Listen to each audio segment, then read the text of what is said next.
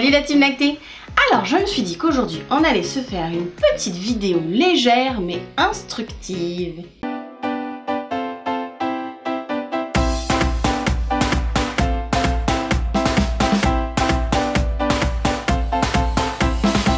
J'ai eu envie de faire le tour de quelques mammifères, ou pas, et de leur façon d'allaiter. Alors ma Lucette, si ce vent de légèreté te plaît sur la chaîne, eh bien n'hésite pas à t'abonner. Vas-y, c'est gratuit. Alors vous connaissez à me connaître. Je vous annonce déjà que dans ce petit tour, il y a un petit intrus. Si vous suivez bien la vidéo, vous aurez même le droit en commentaire de mettre le nom de cet animal qui allaite, mais qui n'est pas un mammifère. Allez, c'est parti, suivez bien. Le lait de la femelle kangourou est composé de 2,1% de matière grasse, de 6,2% de protéines et de quelques traces de lactose seulement. Saviez-vous qu'à sa naissance, le bébé kangourou s'attache de façon permanente à une seule glande mammaire et ce pendant 100 jours? Et si la mère kangourou a deux petits d'âge différents, mais au final qu'elle coallaitent, eh bien chaque glande mammaire s'adaptera exactement au bébé qui sera en train de la téter. Avouez que c'est un phénomène intéressant quand on se demande en coallaitement chez l'être humain si le lait est capable de s'adapter à deux enfants d'âge différents. La nature est bien faite au final si on prend des exemples un peu partout ailleurs.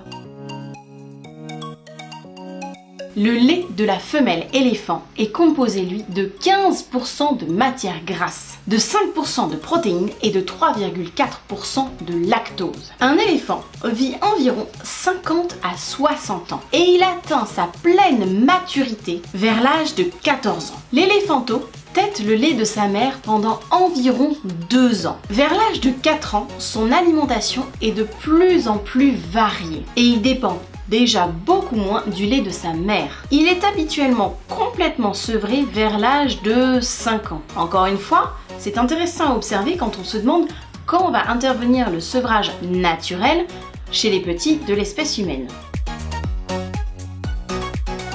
Le lait de l'ours est composé de 18% de lipides et 33% de matière sèche. Le lait de l'ours est l'un des plus concentrés de tous les laits des mammifères terrestres. Le petit ourson va en consommer très peu à la naissance puisqu'il voit le jour en période d'hibernation. Il va consommer à peu près 353 grammes par jour. Au final, c'est assez peu quand on voit la taille d'un ours. Allez, on continue. Si l'allaitement est une particularité, dirons-nous, classique des mammifères, la loquette d'Europe est le seul poisson connu à ce jour à le faire pour ses petits. En effet, les embryons sont allaités alors qu'ils sont encore dans le corps de leur mère. Et c'est pourquoi les poissons de cette espèce restent environ 6 mois dans le ventre de leur maman. Et qu'au final, ils sont déjà assez bien développés une fois qu'ils naissent. Alors, cette anecdote-là, je trouve que c'est absolument extraordinaire. C'est incroyable ce que la nature nous réserve et ce qu'elle est capable de faire. Le lait de la maman reine est composé de 19% de gras, de 11% de protéines et de 4% de glucides. La reine, l'animal, hein, pas la tête couronnée, voilà, allaite environ une moyenne de 26 semaines. Et son petit consomme environ 983 grammes de lait par jour. Le lait de l'espèce humaine, lui, est composé de 4% de gras, de 1,1% de protéines, soit à peu près 68 calories pour 100 ml. Les glucides, eux, comptent pour 7% de la composition du lait humain. Le principal sucre du lait humain est le lactose, qui compte pour 85% de sa teneur en glucides. C'est le taux le plus élevé de tous les mammifères terrestres. Et il procure 40% des calories du lait humain. Mais alors, pourquoi un taux aussi élevé, me demanderez-vous? Eh bien, probablement parce que le cerveau humain se nourrit en grande partie de sucre et que celui du petit être humain connaît un développement phénoménal les premières années de vie. Et oui, je vous rappelle que nous sommes une espèce qui mettons au monde des petits êtres totalement immatures, 9 mois n'est pas suffisant pour mettre au monde un petit bébé humain qui serait entièrement développé et dont toutes les capacités du cerveau seraient en place. Un bébé humain continue donc de grandir et de mûrir d'un point de vue de tous ses organes internes quand il est à l'extérieur de sa maman et donc de son cerveau aussi.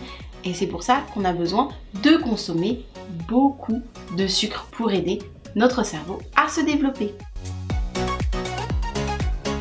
Le lait de la femelle baleine, lui, est composé de 35 à 50% de matière grasse, de 14% de protéines et de seulement 2% de glucides. Le lait de la baleine a une consistance qui pourrait faire un peu penser à du dentifrice. Et c'est là que l'on voit encore toute l'intelligence de la nature. En effet, cette consistance va permettre au lait de la baleine d'éviter de trop se mélanger avec l'eau, l'environnement naturel dans lequel elle vit. Et du coup, ça le rend aussi beaucoup plus facile à prendre pour le petit veau. Les veaux des grandes baleines peuvent boire jusqu'à 50 gallons, soit 189 litres de lait par jour et peuvent engraisser de 43 kilos en une journée. Avouez franchement que waouh, ça fait des chiffres.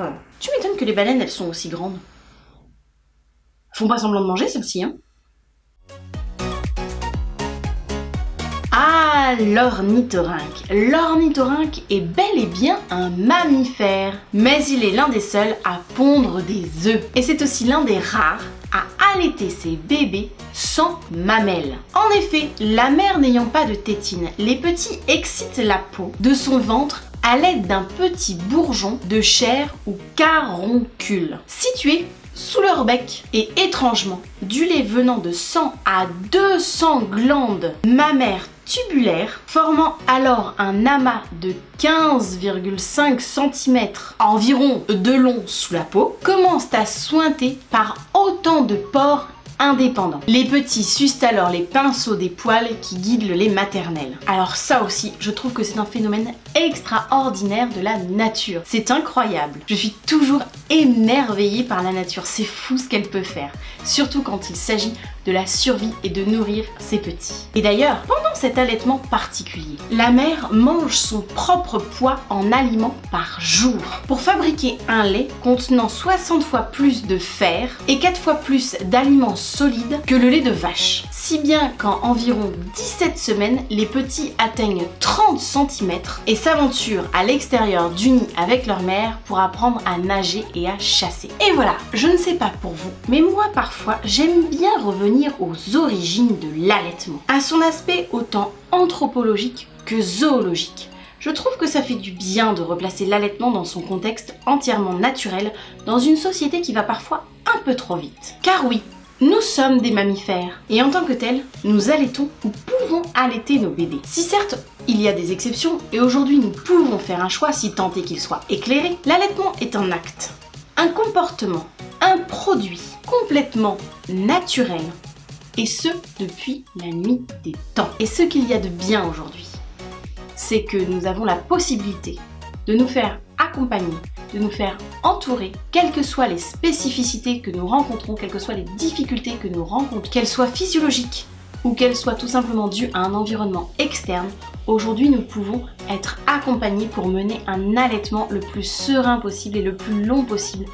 Pour justement, je trouve que c'est un progrès extraordinaire de notre société pour pouvoir nourrir nos bébés de façon la plus naturelle possible. Bien sûr, chacune fait ce qu'elle veut, si tant est, comme je le dis, que le choix soit complètement éclairé. Mais je trouve ça extraordinaire parfois aussi de remettre les choses en perspective et de se rappeler d'où l'on vient pour savoir où on va. Et voilà, c'est tout pour moi pour cette vidéo. Alors bien sûr, il existe encore de nombreux mammifères, je n'en ai cité que quelques-uns. Et si vous en connaissez d'autres, avec en plus des faits atypiques, eh bien n'hésitez pas à nous les mettre en commentaire, histoire qu'on échange un petit peu sur cet aspect anthropologique et zoologique de l'allaitement dans le monde et même dans la nature de manière générale. Allez, sur ce, moi je vous fais de gros bisous, je vous souhaite une belle voie lactée et je vous dis à la vidéo de mercredi. Ciao!